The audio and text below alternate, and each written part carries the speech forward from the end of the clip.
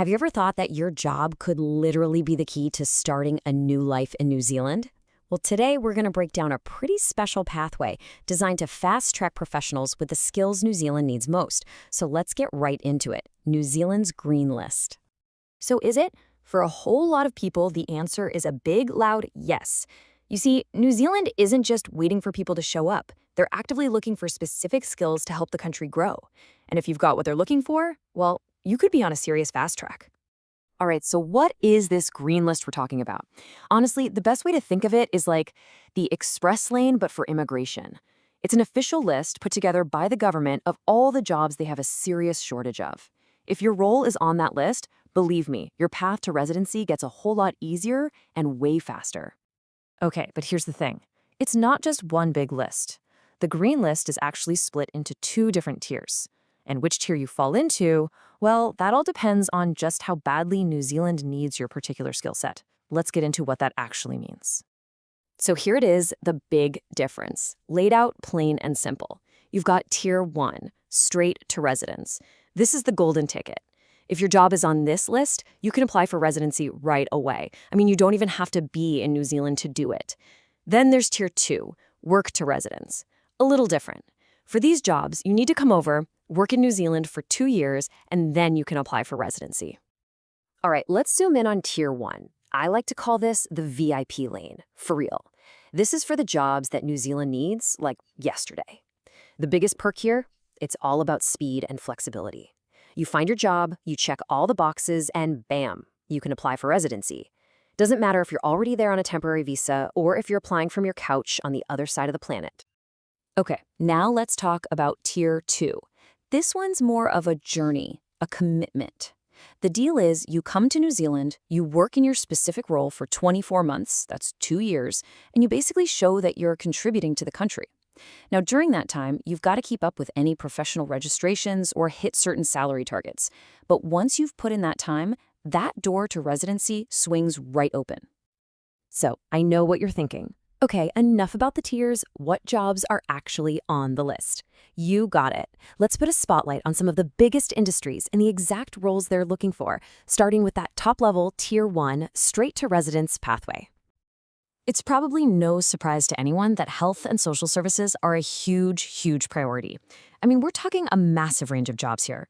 Everything from your GP and specialist doctors to registered nurses, midwives, dentists, even clinical psychologists and social workers. Bottom line, if you're a qualified professional in the healthcare space, your skills are wanted badly. All right, next up, construction and engineering. New Zealand is building. They've got huge infrastructure projects going on, cities are expanding, so they absolutely need the people who know how to make it all happen. We're talking construction project managers, quantity surveyors, and pretty much every kind of engineer you can think of. Civil, structural, electrical, mechanical, they're all on that top tier list. And you knew this was coming, right? In today's world, the tech sector is everything. So ICT and telecommunications are critical. Your software engineers, your ICT security specialists, they're right there on Tier 1. But here's an interesting twist. For some of these tech roles, it's not just about what you do, it's about what you earn. There's a salary requirement, which just goes to show how much value they place on top-tier tech talent. And this right here is a perfect example. Look at this number. To get on Tier 1 as, say, a database administrator, your job offer has to be for at least this much per year. Why? Well, it's their way of making sure they're bringing in really experienced, senior-level people who are at the top of their game. Okay, let's switch gears and look at Tier 2 now, the work to residence pathway. And these roles are just as vital. We're talking about the skilled tradespeople who keep the country running. Your electricians, plumbers, diesel mechanics, welders.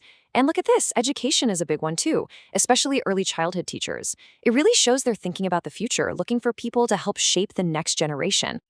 Okay, so you've seen the jobs, and maybe you've spotted yours on the list. Awesome! But hold on, that's just step 1. So what do you actually need to do to qualify? Let's go through the checklist, step by step. It really boils down to 4 key things. First, the obvious one. Double check that your job is on the list. Second, and you really got to pay attention to this one, because this is where people get stuck. You have to prove your qualifications are up to New Zealand standards. Third, for a lot of jobs, you need to get registered with a professional body in New Zealand. And fourth, you have to meet any of those other specific requirements, like the salary we talked about earlier. Yeah, this right here from Immigration New Zealand, this is basically the golden rule of the entire process. It's not enough to just say, hey, I have a degree. It has to be officially checked out and confirmed to be at the same level as a New Zealand qualification. And that usually means you'll need to get what's called an International Qualification Assessment, or an I2A. So that leads to a pretty important question, right? What if your degree doesn't quite line up? Or maybe you're just starting out and thinking about New Zealand as a long-term goal. Would it actually help to study in New Zealand? Oh, 100%. For a lot of people, this is a really smart move. Getting a New Zealand qualification is one of the most straightforward ways to tick that box for the green list. For example, if you want to be an engineer, going to a top school like the University of Auckland doesn't just get you the piece of paper they recognize, it also helps you build a network right there in the industry you want to join. All right, so we've gone through the lists, the tiers, the requirements. Let's take a step back and look at the big picture. What does all this really mean for you? When you boil it all down, the green list is a strategy. It's New Zealand basically putting up a giant sign for the whole world to see that says, hey, we need these specific skills to grow our country. If you've got them, we want you. It's an open invitation.